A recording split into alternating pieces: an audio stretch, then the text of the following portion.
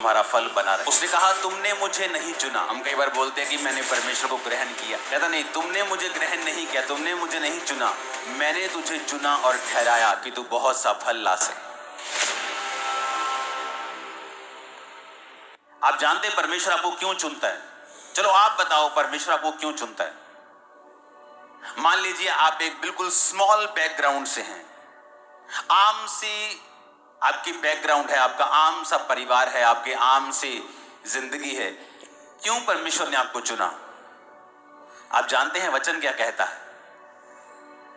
वचन ये कहता है कि परमेश्वर जानबूझ के आम लोगों को, तुच्छ लोगों को, गरीबों को, टूटे हुओं को चुनता है ताकि उन्हें एक गवाही बनाकर खड़ा कर सके कि इसकी जिंदगी में जो कुछ भी हुआ है मैंने किया है।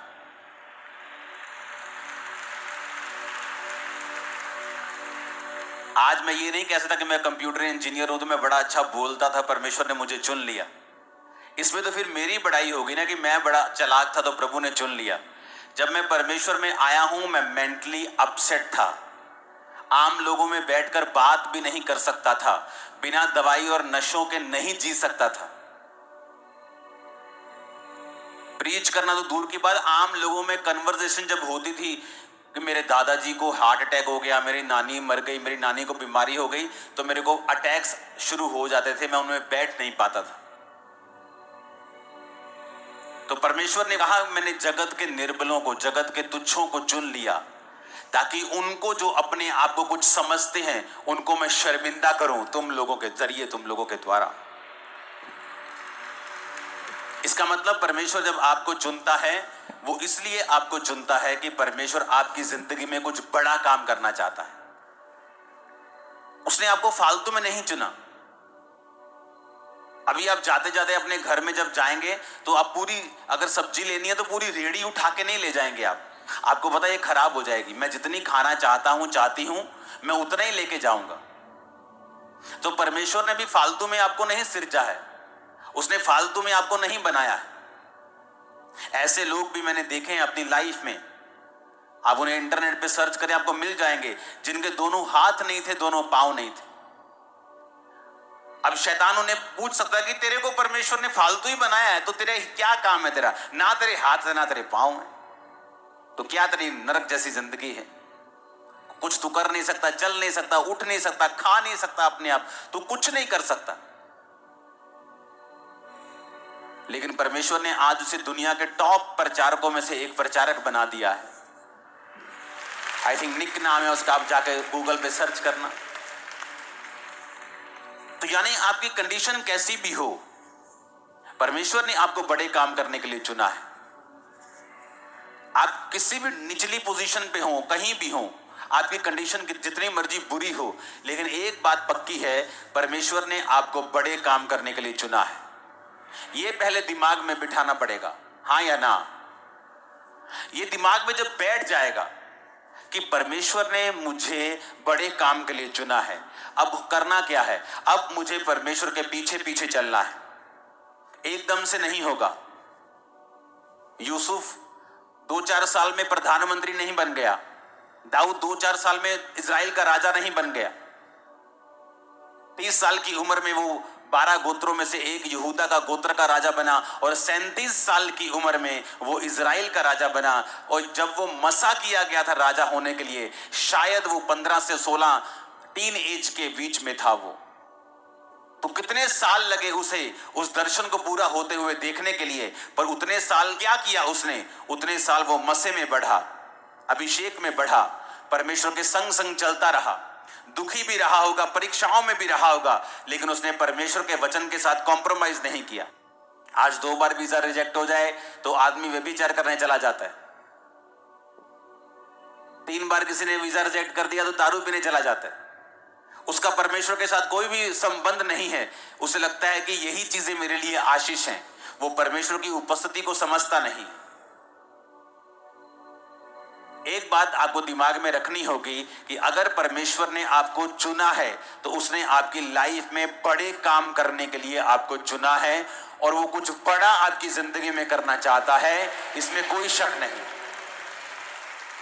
अब परमेश्वर जा रहे थे, और रास्ते में जब पेड़ दिखा अंजीर का तो परमेश्वर ने कहा रुको मुझे भूख लगी, और जब पेड़ के पास गए तो फल नहीं था, और वचन कहता है फल का समय नहीं था। फल का समय नहीं था तो परमेश्वर को बोलना चाहिए ठीक है समय नहीं है।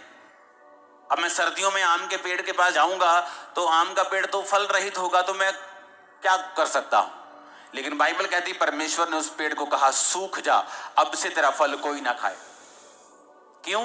क्योंकि अंजीर के पेड़ की खासियत है जब वो पत्ते देता है तो फल भी देता है।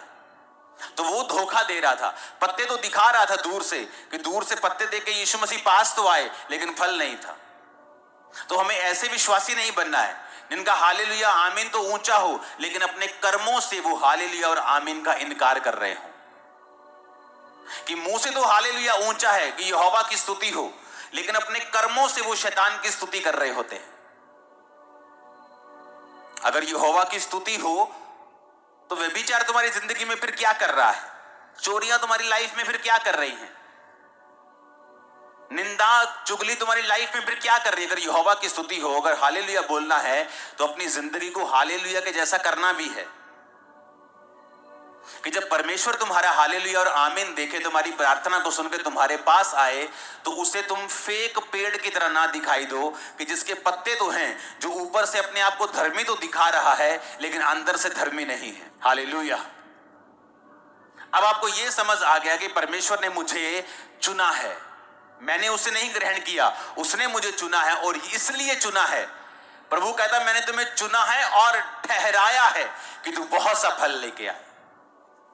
अब हो सकता है परमेश्वर ने आपको, क्योंकि दो तरह के बुलाहट परमेश्वर आपको देता है। पहली बुलाहट सबकी एक है जो मत्ती में लिखा है कि जाओ और सब जातियों को चेला बनाओ और सुसमाचार सुनाओ। अगर आप डॉक्टर हैं आपकी बुलाहट यही है, अगर आप इंजीनियर हैं आपकी बुलाहट यही है, आप एक रिक्शा वाले हैं आपकी बुलाहट यही है। सबकी बुलाहट है कि जाओ और सब जातियों को चेला बनाओ और उन्हें बाप बेटा पवित्र आत्मा के नाम से बपतिस्मा दो। सबकी बुलाहट है ये। कोई नहीं कह सकता कि मैं बिजी हूं, मैं बिजनेसमैन हूं, मेरी वाइफ करती है, कोई नहीं कह सकता, क्योंकि ये परमेश्वर का हुक्म है। दूसरी बुलाहट है कि परमेश्वर ने आपको इस दुनिया में काम करने के लिए भी भेजा है।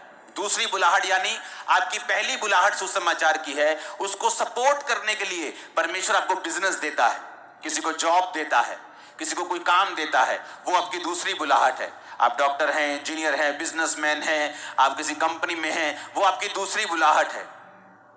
लेकिन पहली बुलाहट सबकी एक है कि उन्हें परमेश्वर का काम करना है।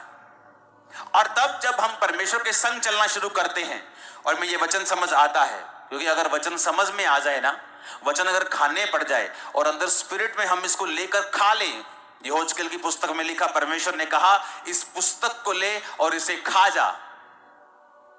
जा इसे, आंतड़ियां इस भर ले अपनी और इसे पचा ले।